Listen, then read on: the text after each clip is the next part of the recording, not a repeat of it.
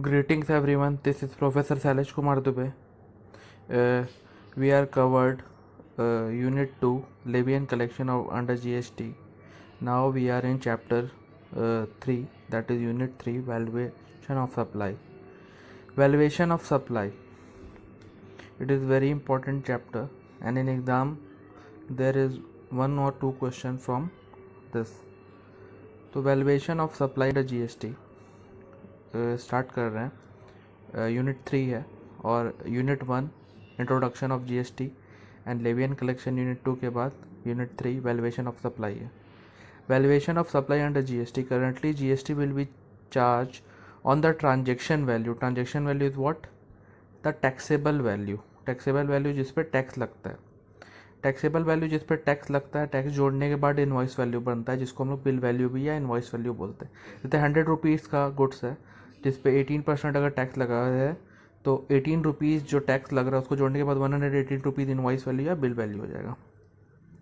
Transaction value is the price actually paid और payable for the supply of goods और service between unrelated party.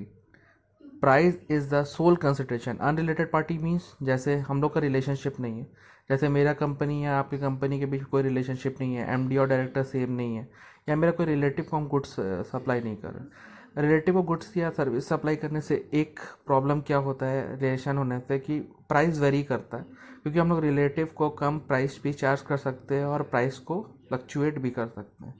इसलिए ये application जो भी वैल्यूएशन का रूल है ये सिर्फ अनरिलेटेड पार्टीज़ पे लगता है, जो अनरिलेटेड पार्टी है. तो प्राइस इज सोल कंसिडरेशन है जहाँ पे, और रिलेटेड पार्टी के केस में हम लोग नेक्स्ट पढ़ेंगे. तो पहले सबसे पहले अनरिलेटेड पार्टीज़ के बारे में पढ़ लेते हैं. The value of supply of GST shall include. Include means ये सब वैल्यू में ऐड होगा. क्या क्या चीज़ इंक्लूड होगा? एग्जाम में क्वेश्चन आएगा, what are the items which are added in the value of supply under GST. Including में ये लिखेंगे सबसे पहले any tax, duty, cess, fee, any charges levied under any act except GST. GST compensation cess will be excluded if charge separately by the supplier. तो any duty, taxes, फी, कोई भी तरह का चार्जेस जोड़ेगा वैल्यू पे, बट जीएसटी छोड़ के. GST क्योंकि टैक्स का पार्ट है इसीलिए वो उस पर नहीं ऐड होगा वैल्यू पे. वैल्यू पूरे ऐड होने के बाद ही लास्ट में जीएसटी उस पर चार्ज होगा. तो जीएसटी ऐड नहीं होगा, बाकी कोई भी अदर टैक्स ऐड होगा. सेकंड नंबर पॉइंट है any amount that the supplier is liable to pay which has been incurred by the recipient and is not included in the price. So second point है any amount that the supplier is liable to pay which has been incurred by the recipient and is not included in the price. मतलब जैसे कभी कभी goods कोई भी supplier cell करता है, जो सप्लायर को एक्सपेंसेस स्प्रेड करना है जैसे ट्रांसपोर्टेशन का या पैकिंग का, लेकिन वो सप्लायर खुद पे नहीं करता, जो भी रिसिपेंट जो परचेजर होता है उससे वो चीज़ इनकट करवाता है, तो वो भी सप्लाई के प्राइस में ऐड होगा. थर्ड पॉइंट है the value will include all incidental expenses in relation to sales such as packing, commission, etc. तो सप्लाई में जितना भी इंसिडेंटल एक्सपेंसेस जो भी उस सप्लाई को सप्लाई करने के लिए यूज़ हो रहा होगा, जैसे पैकिंग चार्जेस, कमीशन, जैसे रॉयल इनफील्ड आप जब परचेस करते हो तो उस पर स्पेशल पैकिंग करवाते हो तो वो पैकिंग चार्जेस भी सप्लाई के वैल्यू में इंक्लूड होगा. फोर्थ है subsidy link to supply except government subsidy will be included. Means कौन सा सब्सिडी इंक्लूडेड होगा? जो नॉर्मली बिजनेस में दी है. जैसे मेरे बिजनेस में हम कोई इक्विपमेंट सेल कर रहे हैं और दूसरे पार्टी को वो सेल कर रहे हैं 100 रुपीज़ का और उसमें हम 20% सब्सिडी दे रहे हैं, तो वो 80 रुपीज़ का प्राइस पर जीएसटी चार्ज नहीं होगा. 20 रुपीज़ जो सब्सिडी दे रहे हैं वो भी इंक्लूडेड होगा प्राइस में, बट गवर्नमेंट सब्सिडी जो देती है वो इंक्लूडेड नहीं होगा प्राइस में. जैसे गैस जब भी हम परचेस करते हैं तो उसमें गवर्नमेंट सब्सिडी देती है एलपीजी के ऊपर में, तो वो उसके प्राइस में ऐड नहीं होगा. जीएसटी सब्सिडी हटाने के बाद होगा जो गवर्नमेंट चार्ज करती है. बाकी कोई भी सब्सिडी अगर गवर्नमेंट के अलावा कोई भी कंपनी देती है तो वो प्राइस में इंक्लूड होगा, बट गवर्नमेंट का सब्सिडी इंक्लूड नहीं होगा. Fifth number interest, fee, late fee, penalty for delayed payment for consideration will be included.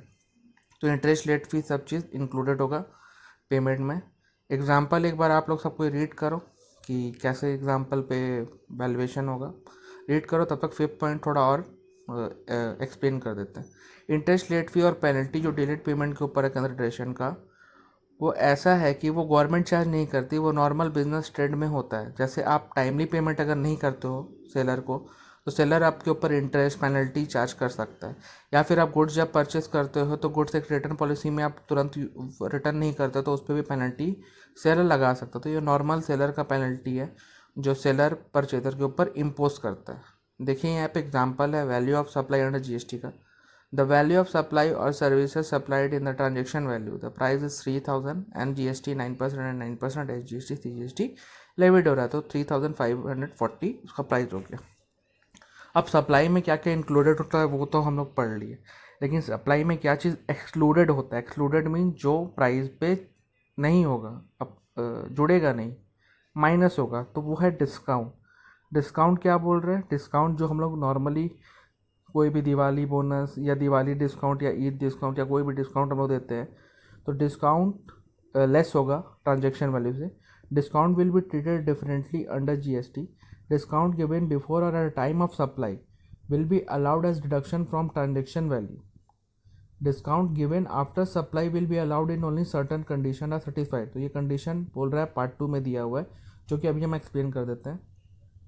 जो भी एग्जिस्टिंग डिस्काउंट है, मीन्स कि जब आप सप्लाई करो या सप्लाई से पहले जो भी डिस्काउंट लिखा हुआ है कंडीशन में इनवॉइस के पीछे या आगे, तो वही डिस्काउंट आप फ्यूचर में दे सकते हैं। लेकिन आप सब सेल करने के बाद कोई कंडीशन डिस्काउंट नहीं दे सकते। एग्जिस्टिंग कंडीशन के ऊपर में डिस्काउंट दिया जा सकता है, ऐसे डिस्काउंट नहीं दिया जा सकता है।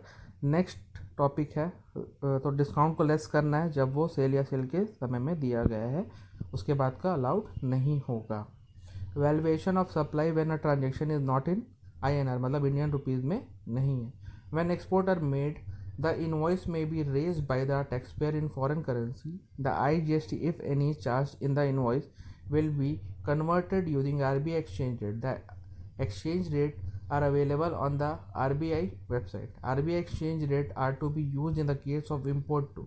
When reverse charges is applicable on imported supply, the invoice amount has to be converted using the RBI exchange rate. तो इम्पोर्ट एक्सपोर्ट के केस में RBI का एक्सचेंज रेट अप्लीकेबल होगा और उसको इंडियन रुपीज़ में कन्वर्ट किया जाएगा जब भी ट्रांजेक्शन इंडियन रुपीज़ में नहीं हो। फिर नेक्स्ट टॉपिक इंपॉर्टेंट टॉपिक है और एग्जाम के लिए मोस्ट इंपॉर्टेंट इस यूनिट का, valuation of supply under GST when consideration is not only in money. जब भी कंसिडरेशन जो भी पार्टी के पास, जैसे हम लोग कोई भी एक छोटा सा एक डस्टर भी खरीदते या पेन खरीदते हैं, तो 10 रुपीज़ जब हम लोग एक पेन खरीदते तो 10 रुपीज़ जब हम पार्टी को पेड करते हैं तो वो 10 रुपीज़ कंसिडरेशन होता है। लेकिन जब भी हम कोई भी चीज़ परचेज करते हैं, लेकिन consideration is not wholly owned in money, मतलब कि वो मनी पे आप उसको मेज़र नहीं कर सकते। तो उस केस में क्या होगा, जब आप मनी पे कोई भी कंसिडरेशन जो भी आप पेड कर रहे हो वो मेजरमेंट नहीं हो सकता, तो काइंड में पेड करें। तो cases where consideration is not wholly in money, business operate in a dynamic model, we have witnesses innovative schemes wherein a buyer is required to pay the partial amount in cash and the rest amount in kind, such as when exchanging used goods for a new product. तो exchange के समय ऐसा होता है। As a general principle, value of supply will be the amount of consideration received in money from the buyer. However, there can be a cases when partial consideration is in money and the rest is in kind. तो कभी कभी goods purchase करते हैं हम लोग, तो हम लोग बोल देते हैं ये आप एक्सचेंज में रख लो, बाकी हम मनी प्रोवाइड कर देते हैं। तो इसमें पार्शल सेल और पार्शल बार्टर हो जाता है। तो उस केस में आप वैल्यूएशन कैसे करेंगे, जब आप कंसिडरेशन पेड कर रहे हो वो भी काइंड में, नॉट इन मनी, तो उसका वैल्यू कैसे आप निकालोगे, क्योंकि जीएसटी उसमें भी चार्ज होगा। In such scenario the value of supply shall be, पहला है open market value of such supply. अगर वैसा कोई सिमिलर सप्लाई जिसका ओपन मार्केट वैल्यू है तो AMV निकालेंगे हम लोग उसका। Open market value will be the amount in which is fairly available in open market. तो पहला केस ये है, तो सबसे पहला पॉइंट आपको ये लिखना, ओपन मार्केट वैल्यू के थ्रू हम उसको डिटरमाइन करेंगे फेयरली जो मार्केट में अवेलेबल हो।